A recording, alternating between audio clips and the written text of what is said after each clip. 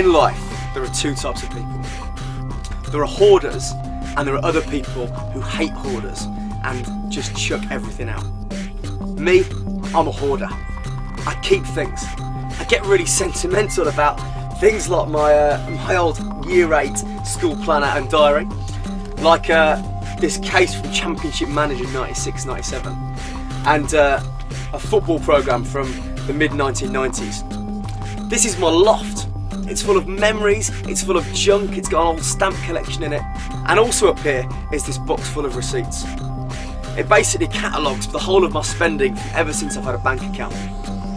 The scary thing about it is that it shows just how much money I seem to have spent over the last decade or so.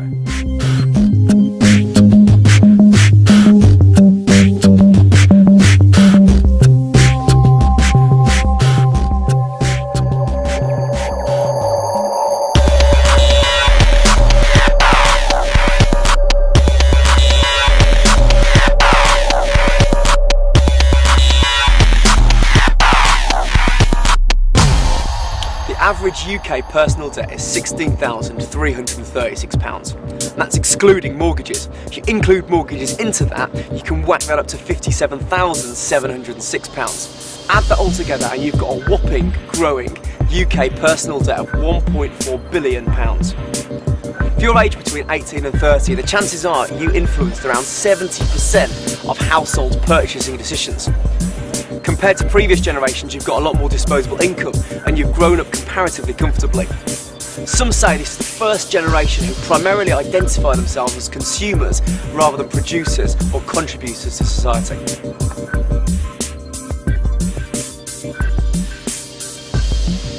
As well as being a hoarder, I love cool stuff, but hate the way that cool stuff keeps coming out quicker than me and my wallet can keep up.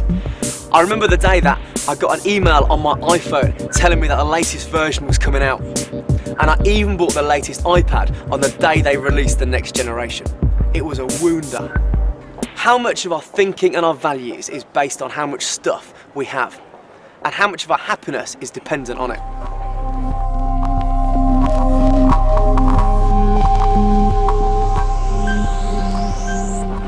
I've been thinking a lot recently about a time when a man comes running up to Jesus, throws himself on the floor before him, pretty dramatic stuff, and says to him, "What must I do to inherit eternal life?" Now Mark says this man's rich, Luke says he's a ruler, and he's clearly young and powerful, and he lists his religious credentials to Jesus. He's got a brilliant life CV. But when Jesus says that he has to sell everything he has and that he's lacking that one thing, his response is as tragic as it is demonstrative of his worldview.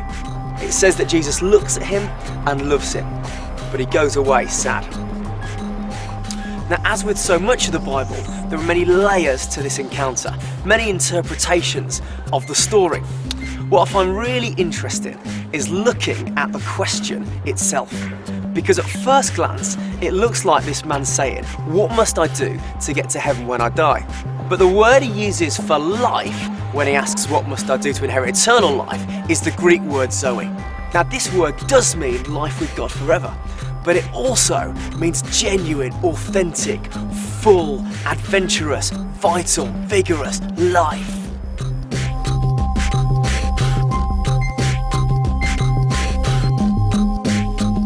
The man's question is about what happens when we die, but it's not just about that. The man is asking what it really is to be alive. And Jesus responds by telling him to sell all his possessions.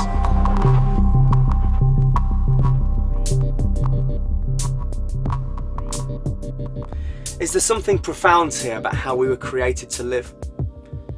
Is there something here about what God is like? Were we really created to accumulate and acquire so much stuff and have that at the top of the list of our priorities? Is that really what God is like? I think at the heart of God's heart is generosity and grace and love and justice. I think we were created to be the same. What Jesus tells this guy to do is turn around totally his life's direction.